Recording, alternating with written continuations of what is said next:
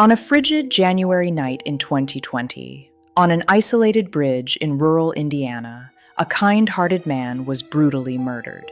Shay Bryer, 31 years old, a Navy veteran and loving father, became the victim of a terrifying conspiracy that no one could have imagined. But who could have possibly wanted to harm a man that everyone described as having no enemies? Why would a high school softball coach decide to take the life of her former fiancé? How could two young students be convinced to participate in such a savage murder plot? What turned a custody dispute into a premeditated crime? Why did three women, a 29-year-old coach, an 18-year-old assistant coach, and a 19-year-old former student, conspire together against a man who simply wanted more time with his daughter? How could a peaceful rural community like Jay County harbor such dark secrets? How far did the manipulative relationship between coach and students go? And what were the warning signs that everyone overlooked? This story will reveal terrifying truths about power, manipulation, and the horrific consequences of hatred. It will show how three wrong decisions in one night can destroy countless lives and shake an entire community. Because in the end, no matter how much is hidden, no matter how meticulously planned, the truth always finds its way to the light, and justice will be served. In the early days of January 2020, the rural areas of Jay County, Indiana were plunged into the bone-chilling cold of a Midwest winter. Strong winds swept across the barren fields, carrying the icy breath of an especially harsh winter. Days of continuous rain had caused rivers to rise, flooding the entire region and turning familiar roads into murky brown streams. But on the night of January 11th, when the last raindrops stopped falling and the wind fell silent, a horrific story was being written in the darkness. It was the story of Shay Bryer, a 31-year-old man with gentle eyes and a warm smile, who had spent the last evening of his life at the small church he loved. Shay was not just an active member of the Fairview United Methodist Church community. He was the soul of the place. With a background as a Navy veteran who had served his country as a military police officer and canine handler, Shay possessed a rare combination of discipline and dedication. He had spent 4 years in the military, including deployment to Italy, but when he returned home to Indiana, he chose to serve his community with a compassionate heart. That night, Shay had participated in the church's traditional spaghetti dinner, a cozy event he had never missed. Those present clearly remembered the image of him helping elderly ladies to their cars, always being the last to leave the church after ensuring everyone had gotten home safely. Pastor Angela Smiley, who had witnessed Shay's dedication over many months, still remembered his final words before parting. He promised to arrive at church earliest the next morning as usual. It was a promise Shay would never have the chance to keep. When the clock struck 2 in the morning on January 12th, an emergency call rang out at the Jay County 911 dispatch center. The caller's voice showed worry and confusion as they reported discovering an unconscious man lying on Interstate 25 west north. The caller described that the victim appeared to be injured and needed immediate medical attention, but couldn't determine exactly what had happened. Officer Aaron Stronchek, who was working the 5 p.m. to 5 a.m. shift, received orders to respond to the scene. With years of experience in law enforcement, he had faced countless emergency situations. But what was unusual about this call was the vagueness of the information. Dispatch simply reported that there was a man lying on the road, providing no additional details about the cause or severity of the situation. As the patrol car cut through the darkness of the winter night, Stronchek couldn't imagine the scene awaiting him. The area he was heading to was one of the most remote parts of Jay County, where rural roads stretched endlessly between empty fields. Specifically, the bridge on County Road 125 West, where the victim was discovered, was like a road to nowhere, a location few people had reason to visit, especially at 2 in the morning on a frigid night. Upon arriving at the scene, Stronchek discovered a strange and troubling sight. A man was lying on the roadway of the isolated bridge, far from any signs of civilization. There were no vehicles nearby except for the car belonging to those who had discovered him and called for help. In the darkness, only the headlights of the patrol car provided illumination, casting eerie shadows on the cold concrete surface. The victim was alive, but in extremely critical condition. He was conscious, but unable to communicate coherently, only able to emit painful moans. The first thing Stronczek did was check the victim's identity by retrieving the wallet from his coat pocket. The name on the identification was Shay Bryer, a name that would soon become familiar to the entire Jay County community and beyond. Officer Stronczek attempted to speak with Shay, hoping to learn what had happened. He asked simple questions about his name, address, and why he was there at this time. But the only response Stronczek received was moans and weak head movements.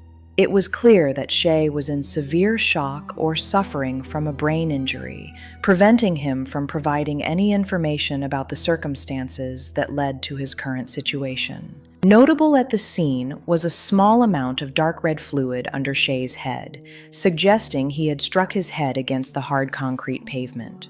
Stronczek initially thought this might be the result of a traffic accident or that he had fallen. However, the absence of any vehicles near the scene made this hypothesis seem unlikely. Time passed slowly in the cold night. Stronczek had to wait 10 to 15 minutes before the ambulance crew could reach the scene. This was a long time for a medical emergency, but the remote location made access difficult. During the wait, Stronczek tried to keep Shay conscious and warm while continuously observing the surroundings for clues about what might have happened. When the ambulance finally arrived, they quickly assessed Shay's condition and decided to transport him to Adams Memorial Hospital in Decatur immediately. The victim's condition was deemed extremely critical, and time was the determining factor for survival. These experienced medical personnel had witnessed many cases of severe trauma, but there was something about Shay's condition that made them particularly concerned. At the hospital, when doctors began their initial examination, they discovered something no one at the scene could have imagined. Under the bright lights of the emergency room, as they carefully examined Shay's body to determine the extent of his injuries, a terrifying discovery was revealed. Hidden beneath his clothing, on Shay's back, was a small but deadly wound, a bullet hole. This discovery immediately changed the entire nature of the incident. What had initially been considered a mysterious accident now became an intentional attack. Even more frightening was that examination showed there was no exit wound. This meant the bullet was still lodged in Shay's body, and its location made the situation more desperate than ever. The surgeons tried everything possible to save Shay, but the bullet had caused irreparable damage. It had traveled through his body and lodged deep in his heart, the most vital organ of the human body. Despite all advanced medical techniques and the tireless efforts of the medical team, Shay Bryer could not overcome these severe injuries. Shay's passing on the operating table ended the life of a kind man, a loving father, and a valued member of the community. But at the same time, it opened up a big and frightening question. Who could have done this to someone like Shay, and why? When news of Shay's death was reported to superiors, the Jay County Sheriff immediately recognized the serious nature of the incident. A phone call was quickly made, informing investigators that they were no longer dealing with a mysterious accident, but with an intentional murder. This would be the beginning of a complex and challenging investigation, one that would reveal terrifying truths about human nature and the destructive power of hatred. Shay Bryer's story was just beginning, and what would be discovered in the coming days would shock not only the small community of Jay County, but would also cause people from far away to reflect on the dark corners hidden within seemingly normal relationships. When the first rays of sunlight on January 12th broke through the gray clouds of the Indiana sky, news of Shay Bryer's death began spreading through the small streets of Jay County like shockwaves.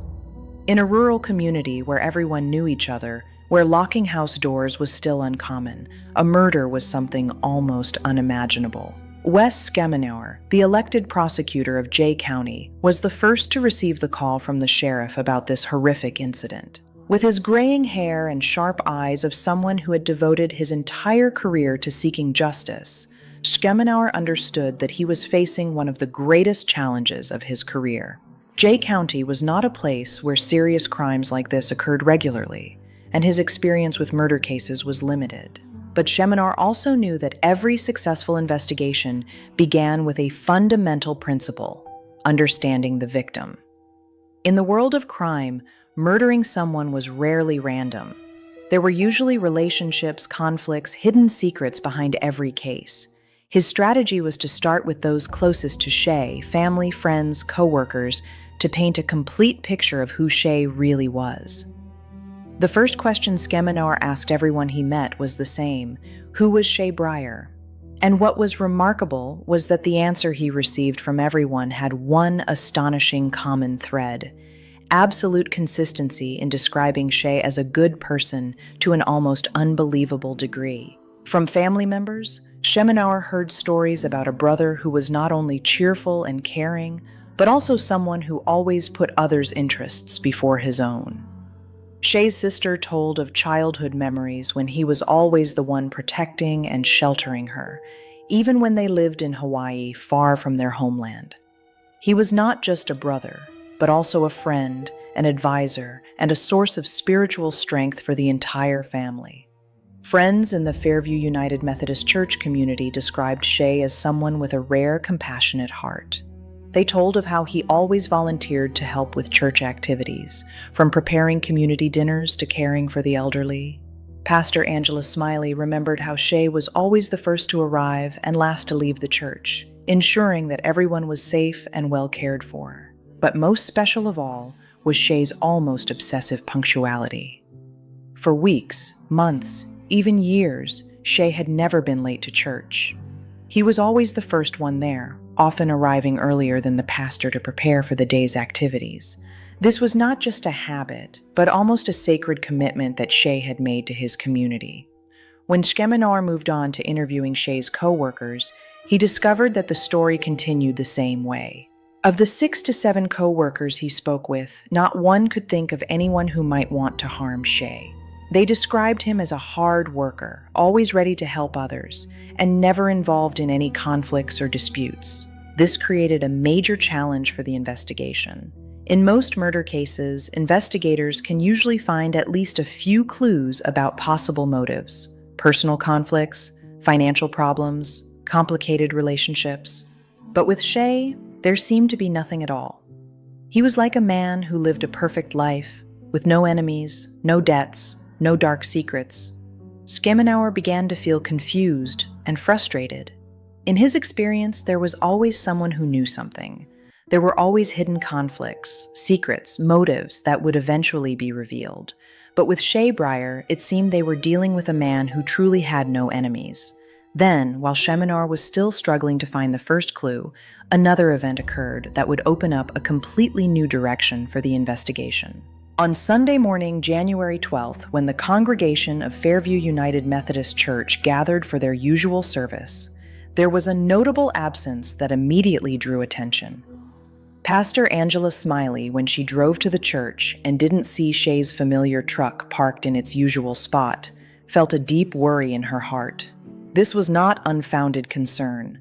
For months, even years, Shay had never missed Sunday service without advance notice. He was not only always present, but always arrived earliest. Shay's punctuality had become an integral part of the church's rhythm of life, to the point where his absence was like a danger warning sign. Pastor Smiley recalled her last conversation with Shay the night before, after the spaghetti dinner. He had told her that he would beat her to church in the morning. A familiar joke between them because Shay always arrived before her. But this morning, when she drove up the hill and didn't see the lights from Shay's truck, she knew immediately that something was very wrong. Pastor Smiley's worry didn't stop at Shay's absence. She understood that with Shay's responsible and respectful nature, if he couldn't come to church for any reason, he would certainly call ahead to let them know. His disappearing without a trace like this was completely contrary to his character. While Pastor Smiley was feeling anxious at the church, news of Shay's mysterious disappearance had begun spreading through the Jay County community at an alarming rate. This was one of the characteristics of rural life. News, whether good or bad, always moved quickly through the tight network of relationships between families and neighbors. Tiffany McLaughlin, Shay's aunt, was one of the first to hear about his disappearance. With the instinct of a woman who had experienced many hardships in life, she immediately sensed that something very serious had happened.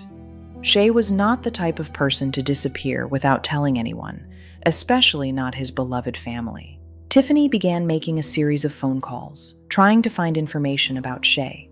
She called hospitals in the area, hoping that perhaps he had been in an accident and was being treated somewhere. She called local police departments, asking if anyone had seen him or if there were any reports about him. She even called the morgue, though hoping in her heart that she wouldn't find him there. But every call ended with the same disappointing result. No one could provide her with any information about Shay. Medical staff, police, and local authorities all refused to share information, claiming they didn't have the right to disclose personal details to someone who wasn't an immediate family member. Sharon Taylor, Shay's grandmother, also joined in this desperate search. She was a strong woman who had been through many ups and downs in life, but her beloved grandson's disappearance like this made her feel completely helpless. She remembered the beautiful memories with Shay, how he always cared for and looked after her, the evenings they sat together in church. The family's search continued for hours, with each unsuccessful phone call increasing their anxiety and desperation. They contacted every medical facility within a radius of dozens of miles, hoping that perhaps Shay had been injured and was being treated somewhere far away. They called all the friends and co-workers they knew, asking if anyone had seen Shay in recent days. Then, at the end of the day, when hope had almost died, one call changed everything. Shay's roommate called Tiffany, reporting that police were at Shay's house and they wanted to speak with the family. When Tiffany arrived at Shay's house, the scene she saw made her heart almost stop beating. There were multiple police cars parked outside, and the solemn, serious atmosphere showed that this was not a routine investigation about a missing person. A police officer with a serious expression approached her and asked to speak privately. What the officer said next completely shattered Tiffany's world. He reported that Shay had been shot and had died at the hospital. Tiffany, in shock and disbelief, asked if Shay was okay, hoping that perhaps this was just a terrible mistake. But the officer shook his head and spoke words she would never forget. Shay had died on the operating table. This news struck Shay's family like lightning. In one moment, their world had completely collapsed. The man they loved, who had always been a source of strength and joy in their lives, had been brutally murdered by someone. And even more frightening was that they had no idea why this had happened or who could have done it. When news of Shay's death spread through the Jay County community, it created a wave of shock and disbelief. This was a community where people trusted each other, where violent crime was almost non-existent. The idea that a good man like Shay could become the victim of a murder was something no one could have imagined. For prosecutor Schemenauer, Shay's death was not just a personal tragedy, but also a major professional challenge. He knew he was facing one of the most difficult cases of his career, a case where the victim seemed to have no enemies, no clear motive for someone to want to take his life. But Schemenauer also knew that in the world of crime, there were always hidden secrets. There were always complex relationships, unexpected motives, truths that initially seemed unbelievable. His job now was to dig deeper, to search for clues that might lead him to the person or persons who had murdered Shay Bryer. And as he would soon discover, the truth behind Shay's death would be more terrifying and complex than anything he could have imagined. Detective Ben Schwartz of the Jay County Sheriff's Office was a man with years of experience dealing with rural crime, but he had to admit that the Shay Bryer case was completely different from anything he had ever encountered. Jay County was a peaceful farming community where the most serious cases were usually petty theft or minor family disputes. This was certainly not like working in a big city with back-to-back calls and frequent violent crime. When Shay's murder occurred, it immediately became a big case, as Schwartz described it. The isolated crime scene where Shay was found raised more questions than answers. The location was so remote that it made detectives wonder how Shay could have gotten there, and more importantly, why he would be at such a place at 2 a.m. on a frigid Indiana winter night. Schwartz understood that they had to start from absolute zero. There were no direct witnesses, no security cameras in this remote area, and no clear physical evidence at the scene besides the victim himself. This was the type of case every detective feared, an investigation where you had to build each small piece patiently and carefully. The first step in this process was to learn more about who Shay Bryer really was. Although initial interviews with family and friends had painted a picture of a perfect man, Schwartz knew that everyone had secrets, complex relationships, aspects of their lives that even their closest loved ones might not know about. The detailed investigation into Shay's biography revealed the story of a man who had lived a much more interesting and eventful life than his peaceful appearance in Jay County suggested. Shay Michael Bryer was born at Ball Memorial Hospital in Muncie, Indiana on March 9, 1988. He grew up in a single-parent household with his loving mother, Tracy Chalfant Bryer, who had devoted all her love and care to raising her son. When Shay was young, his life underwent a major change when the family moved to Kailua, Hawaii. This was not a vacation or trip, but a completely new beginning. In Hawaii, Tracy met Robert Hovell, the man who would become Shay's stepfather and an important male role model in his life. Robert not only married Shay's mother, but truly welcomed the boy as his own son. The family became even more complete when his sister Sydney Hovell was born, creating a happy family full of love on the Paradise Island. Shay grew up in this beautiful tropical environment, but he still carried within him the traditional values of the Midwest and a deep love for his Indiana homeland. Those who knew Shay from his childhood in Hawaii described him as a mischievous child, but with a kind heart. His mother, Tracy, remembered Shay's special characteristics from when he was very young. He was always a polite child who knew to open doors for others, always said hello and thank you naturally. These were not forced behaviors, but natural expressions of his innately good character. A particularly interesting detail about Shay's childhood was his deep love for G.I. Joe toys and everything related to the military. From a very young age, Shay had shown his dream of becoming a soldier. He spent hours playing with small military figures, creating adventure stories and rescue missions.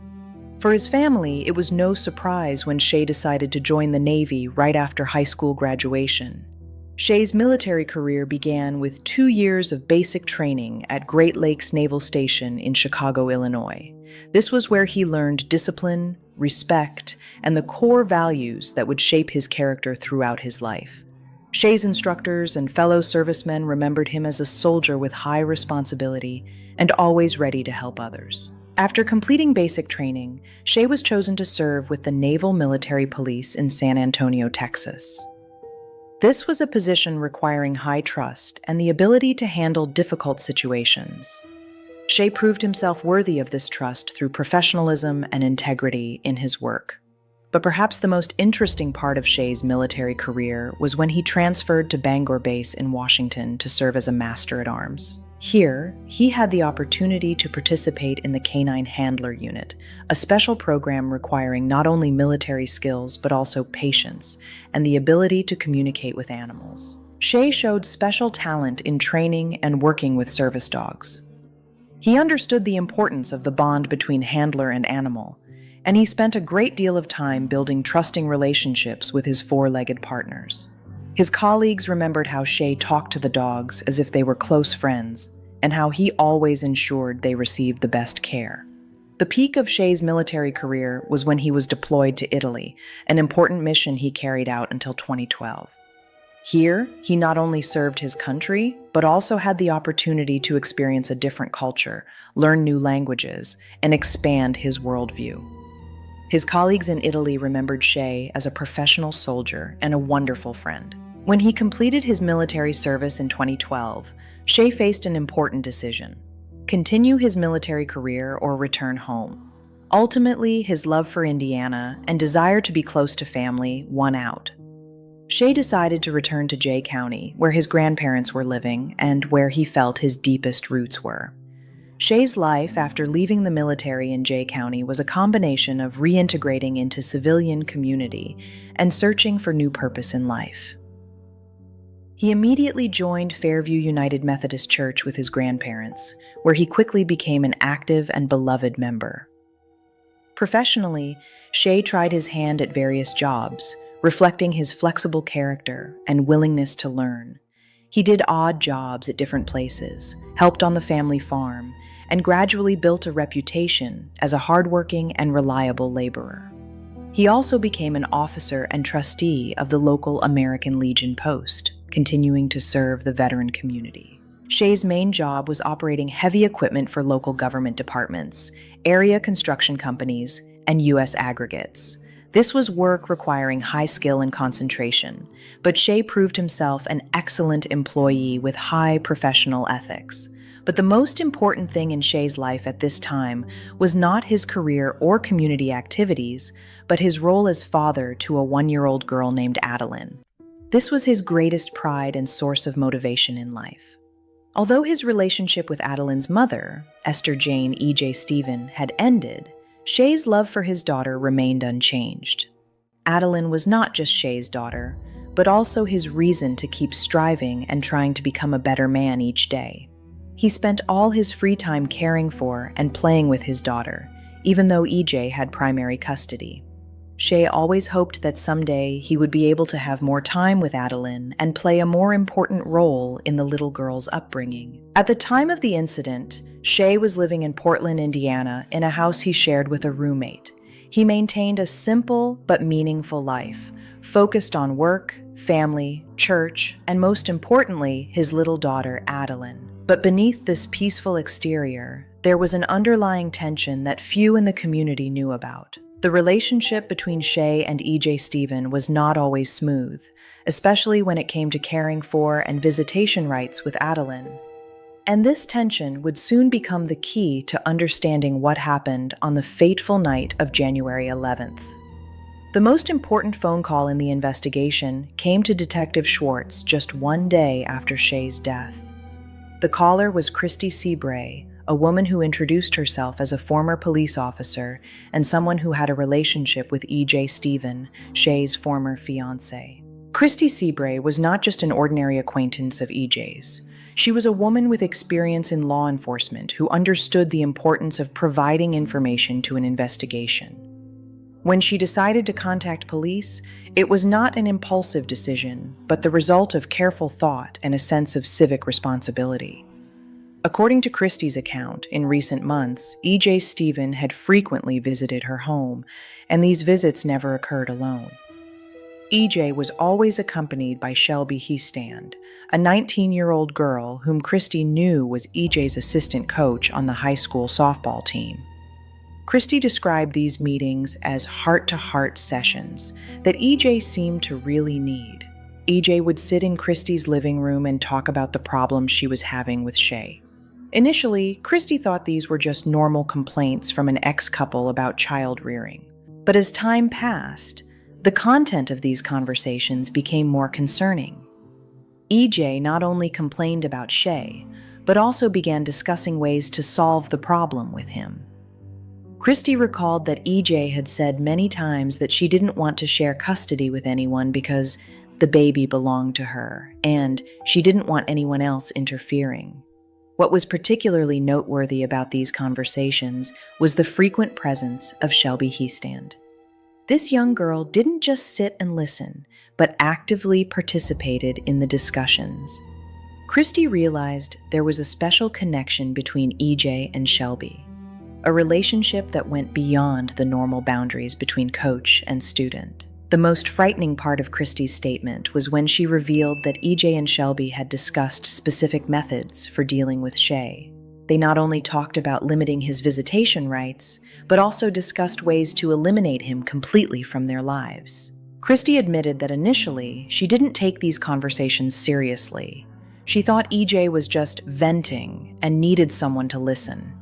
With her experience working in law enforcement, Christie had heard many people say things they didn't really intend to do when they were angry or frustrated.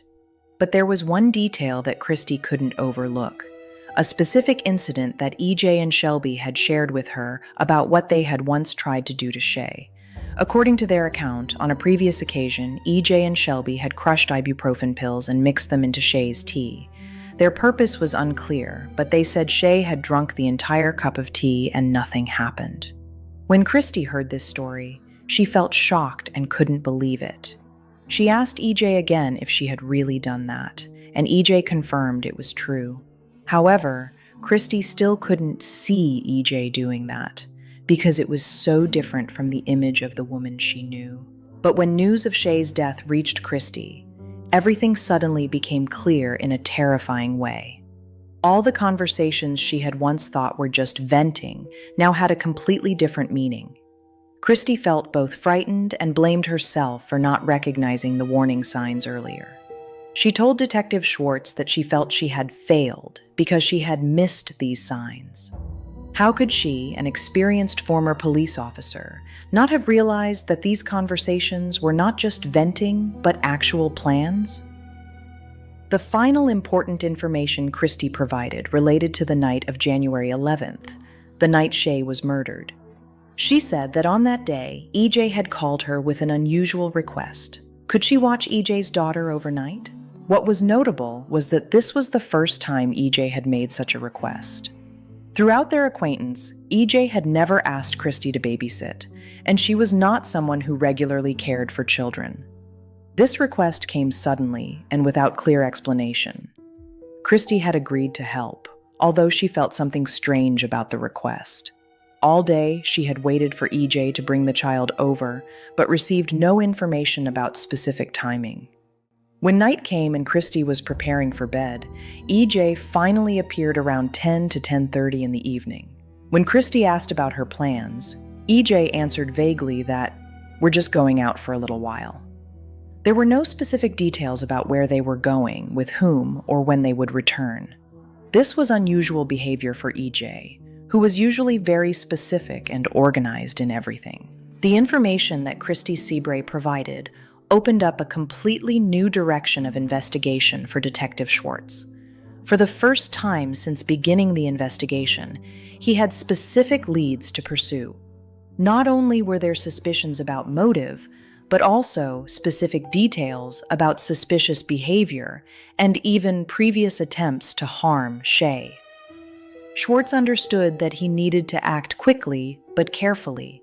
He had information from a reliable source, but he also needed to gather more evidence before he could make serious accusations. The investigation now had a clear direction, and the names of E.J. Stephen and Shelby Heistand had officially become the focus of attention. What would be discovered in the coming days would prove that the truth was even more terrifying and complex than anything Christy Seabray could have imagined. On January 14, 2020, just 3 days after Shay Bryer was murdered, Detective Ben Schwartz made a crucial decision that could change the entire direction of the investigation.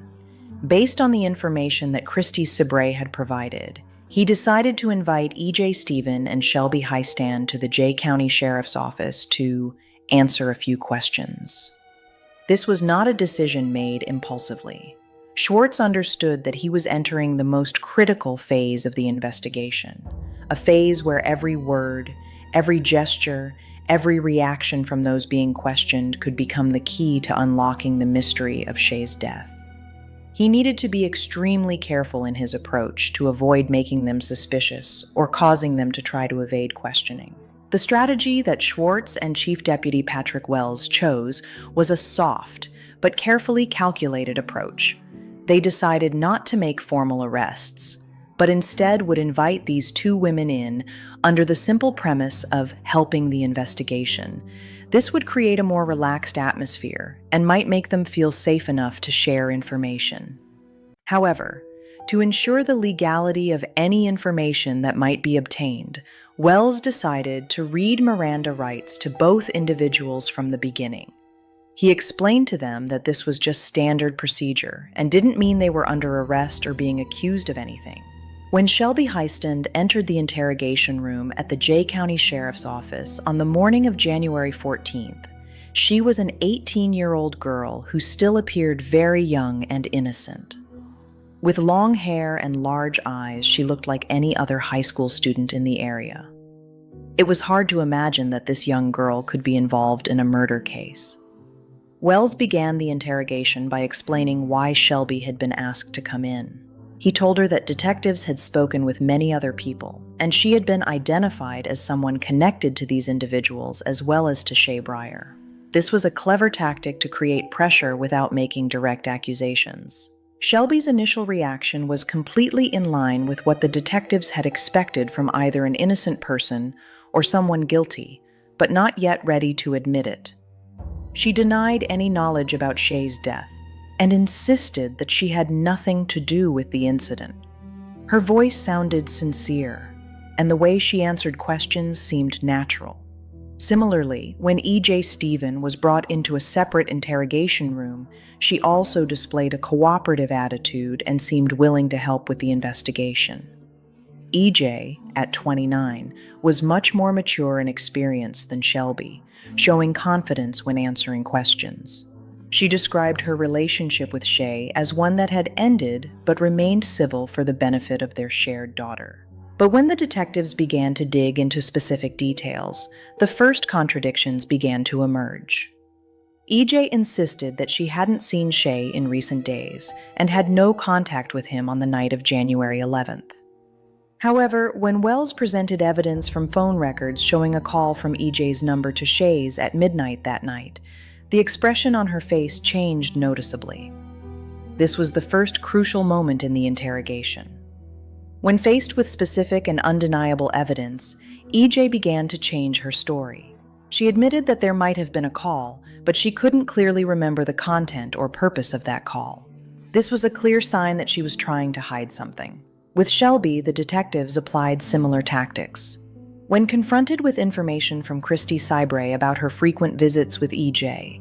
and conversations about Shay, Shelby began to appear confused and uncomfortable.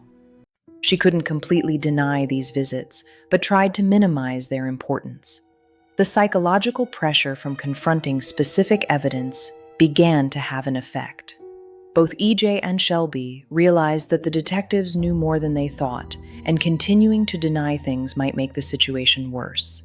This was exactly what Schwartz and Wells had hoped would happen. The interrogation lasted for hours, with detectives patiently presenting evidence piece by piece and allowing psychological pressure to build gradually. They didn't rush to force confessions, but instead created an environment where the truth seemed to be the best and only option.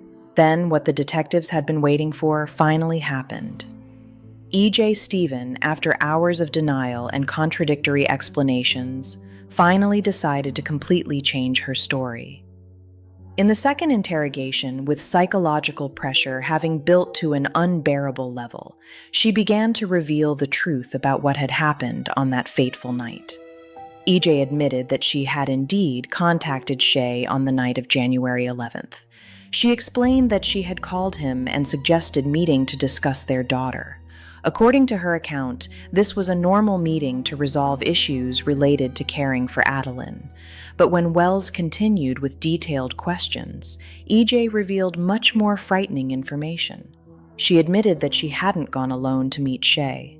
Shelby Heastand had gone with her, and there was even a third person, Hannah Kanapka, another girl she knew from the softball team.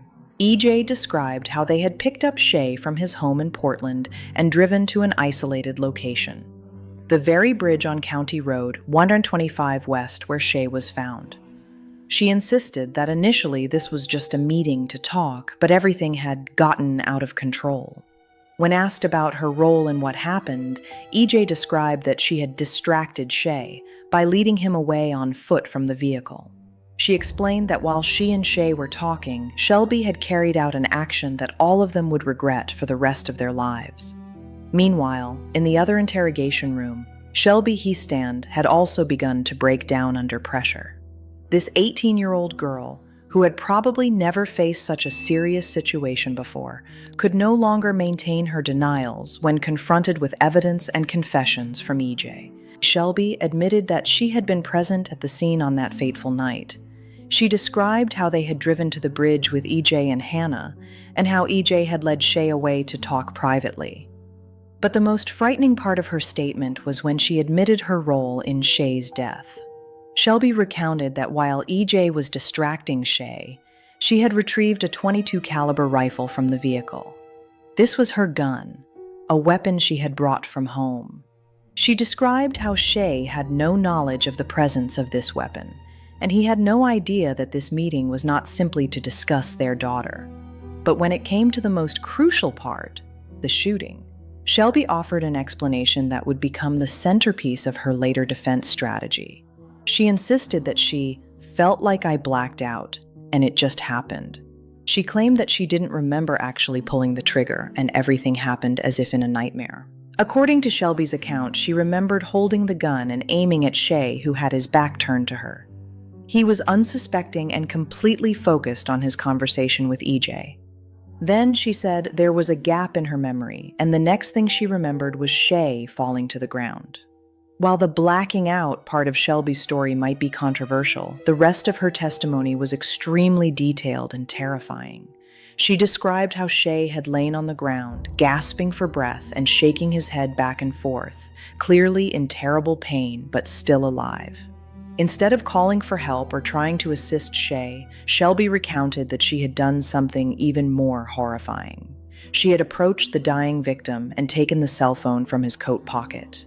This was not the action of someone panicking or regretting an accident, but the calculated action of someone trying to cover up a crime. EJ Stephen, according to both their statements, had completed the evidence destruction by throwing Shay's phone into the water below the bridge. This ensured that Shay couldn't call for help himself, and also eliminated an important source of evidence that might contain information about what had happened.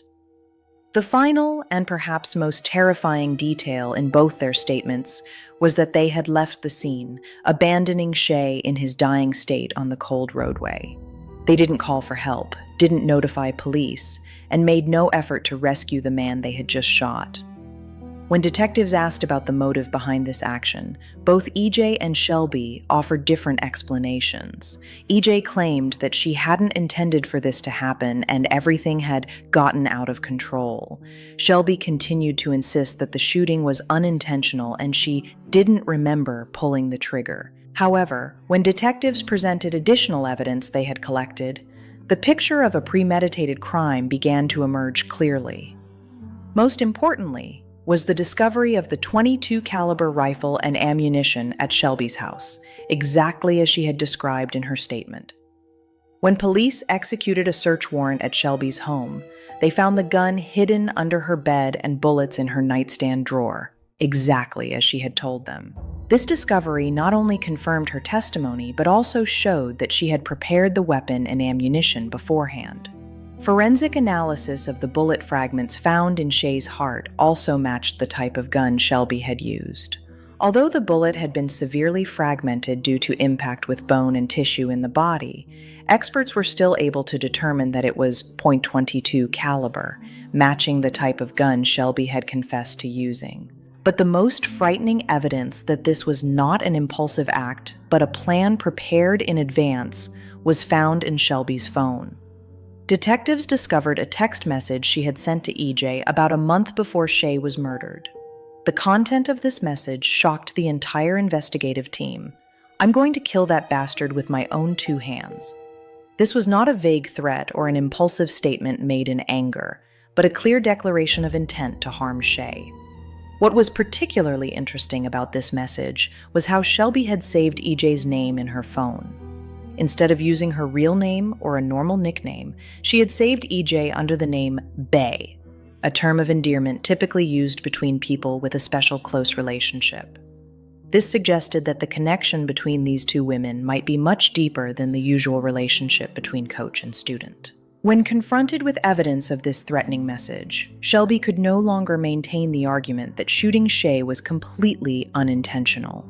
The message sent a month before the incident showed that she had been thinking about harming Shay for a long time and had specific plans. The interrogation had lasted many hours, with each question and each new piece of evidence presented further illuminating the picture of a meticulously premeditated murder. Not only EJ Stephen and Shelby Heistand, but also a third person, Hannah Kanapke, had been identified as having a role in this conspiracy. Hannah, 19 years old and also connected to the softball team, had been identified as the person who provided transportation for the crime. The van they had used to take Shay to where he was murdered belonged to her, and she had known about the plan in advance. With three women, E.J. Stephen, Shelby Heastand, and Hannah Knapka, all confessing to their roles in Shay Bryer's death, the investigation had shifted from the phase of searching for perpetrators to the phase of building a case for trial. Detective Schwartz and prosecutor Chemineur now had enough evidence to charge all three with premeditated murder. But the story of the motive and complex relationships between the defendants had not yet been fully clarified. Why would a softball coach and two of her former students conspire to murder a gentleman like Shay Bryer? The answer to this question would be revealed in the upcoming trials, where the full truth about this toxic and dangerous relationship would finally be exposed to the public. When the painful confessions of the three women were recorded in the files of the Jay County Sheriff's Office, Prosecutor Wes Chemineur faced a task that was both complex and heartbreaking.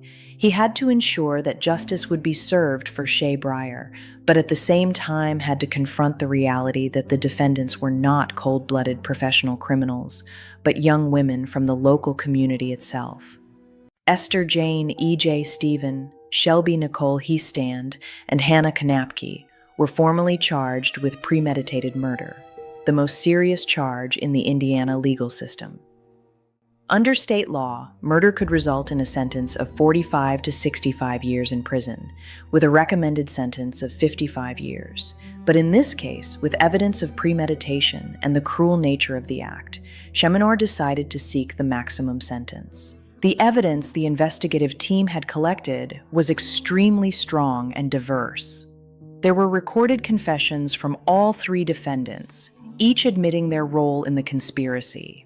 There was the threatening text message from a month before the incident, proving this was not an impulsive act.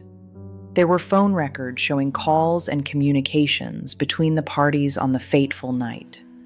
There was testimony from witness Christy Sabray about suspicious conversations and even the previous attempt to poison Shay. Most importantly, there was the actual .22 caliber rifle found at Shelby's home, along with ammunition matching the bullet fragments discovered in Shay's heart. Forensic experts confirmed that although the bullet had been severely fragmented, these pieces completely matched .22 caliber ammunition. But perhaps the most convincing evidence that this was a premeditated crime was the sequence of actions after Shelby fired the shot. Instead of calling for help or trying to assist the victim, the defendants had engaged in calculated evidence concealment, taking Shay's phone, throwing it into the river, and leaving the scene to let him die alone in the frigid night. The first trial began in March 2021 with E.J. Stephen, who was considered the mastermind of this conspiracy. The Jay County Courthouse became the focus of attention for the entire community and beyond, as people from across Indiana followed this shocking case.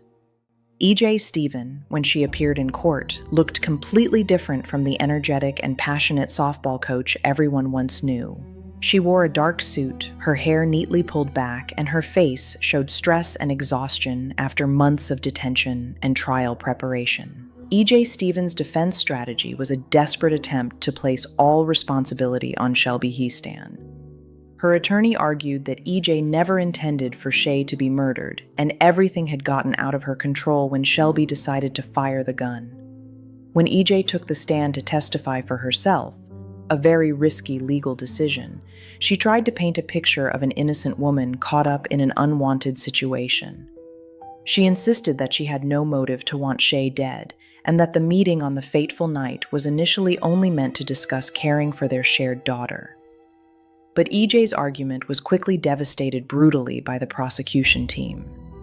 Chemineur pointed out that E.J. was the only one of the three defendants with a clear and direct motive from Shay's death. There was an ongoing custody dispute between them, with Shay having filed court papers to establish paternal rights and seek more visitation. The prosecutor argued that E.J. had seen Shay's death as a way to eliminate a problem in her life. With Shay gone, she would have complete control over her daughter without worrying about interference from him or legal demands for visitation rights.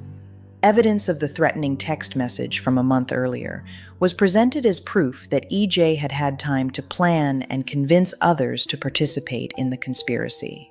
Particularly, the fact that Shelby had saved EJ's name in her phone with the affectionate nickname Bay was used to demonstrate the special and influential relationship between the two. Christy Seabray's testimony became one of the most important parts of the trial.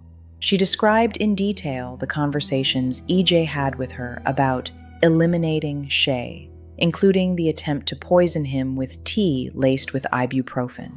This information painted a picture of a woman who had been calculating how to harm Shay for a long time. After 3 days of tense trial proceedings, the jury deliberated for several hours before returning with a guilty verdict on the murder charge. When the verdict was read, EJ Stephen could not hide her emotional collapse. Shay's family, who had sat in the courtroom throughout the trial proceedings, felt a relief mixed with sorrow. At the sentencing hearing in May 2021, Judge Brian Hutchison sentenced EJ Stephen to 55 years in prison, the maximum possible sentence in this case. But what was notable was EJ's attitude at the sentencing hearing.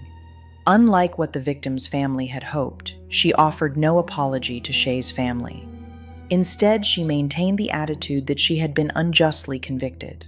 The second trial took place in August 2021 with Shelby Nicole Heastand, who was considered the enforcer in this conspiracy. When she entered the courtroom, Shelby looked much younger than her actual age, now 19. She wore a simple suit, her long hair pulled back neatly, and her eyes showed fear and remorse. Shelby's trial lasted 3 days, during which the defense team tried to use a completely different strategy from EJ Stephen. Instead of denying responsibility, Shelby's attorney argued that Shay's death was an accident and that their client had no intent to kill. The centerpiece of the defense argument was the part of Shelby's statement about having blacked out when firing the gun.